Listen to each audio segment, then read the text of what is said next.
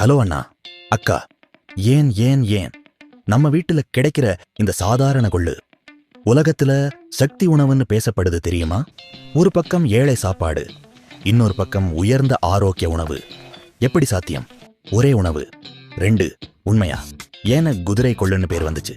பழைய காலத்துல குதிரைக்கு வேகம் வலிமை அதிகமா இருக்கணும்னா கொள்ளுதான் கொடுப்பாங்க. இதுல இருக்கிற சக்தி குதிரையையே வேகமா ஓட வைக்கும். குதிரைக்கு சக்தி கொடுத்தது. நமக்கு என்ன பண்ணும்? நம்ம ஊர்ல இன்னும் பல பேர் கொள்ளுனா ஏழை சாப்பாடுன்னு தான் நினைக்கிறாங்க. ஆனா வெளிநாடுகளில் இதையே ஆரோக்கிய உணவுன்னு அதிக விலைக்கு விற்கிறாங்க. நாம தள்ளுறதுக்கு அவர்கள் பணம் கொடுத்து வாங்குறாங்க. ஏன் இது இவ்வளவு சக்தி வாய்ந்தது? இதன் உள்ளதான் ரகசியம் இருக்கு. உடல் வளர்ச்சிக்கு தேவையான சத்து, நார்ச்சத்து, இரும்பு சத்து, எலும்பு பலத்துக்கான சத்து எல்லாமே நிறைய இருக்கு. சில பருப்புகளை விட இதுல சத்தும் அதிகமா இருக்கும். சின்ன விதையில இவ்வளவு சக்தி இருந்தா யோசிச்சு பாருங்க. நம்ம முன்னோர்கள் இதை ஏற்கனவே பயன்படுத்திட்டாங்க. குளிர்காலத்துல கொள்ளு சாப்பிட சொல்லுவாங்க.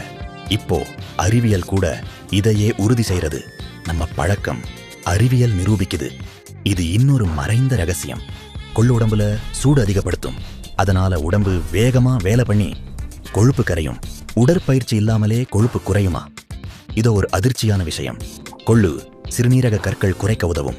சர்க்கரை அளவு கட்டுப்பாடு, கொழுப்பு குறைப்பு, ஜீரணம் நல்லா ஆகும். சொல்லப்போனா உடம்பை சுத்தம் பண்ணும் உணவு. ஒரே உணவு இவ்வளவு வேலை செய்யுமா? அப்படின்னா எப்படி சாப்பிடணும்? கொள்ளு ரசம், துவையல், சூப், முளைக்க வைத்து கலவையாக கூட சாப்பிடலாம். ஆனா தினமும் அதிகமா வேண்டாம். வாரத்துக்கு 2 முதல் 3 வரை தடவை போதும். விலையுயர்ந்த மாத்திரைகள் எதுக்கு? நம்ம கொள்ளு இருக்கும்போது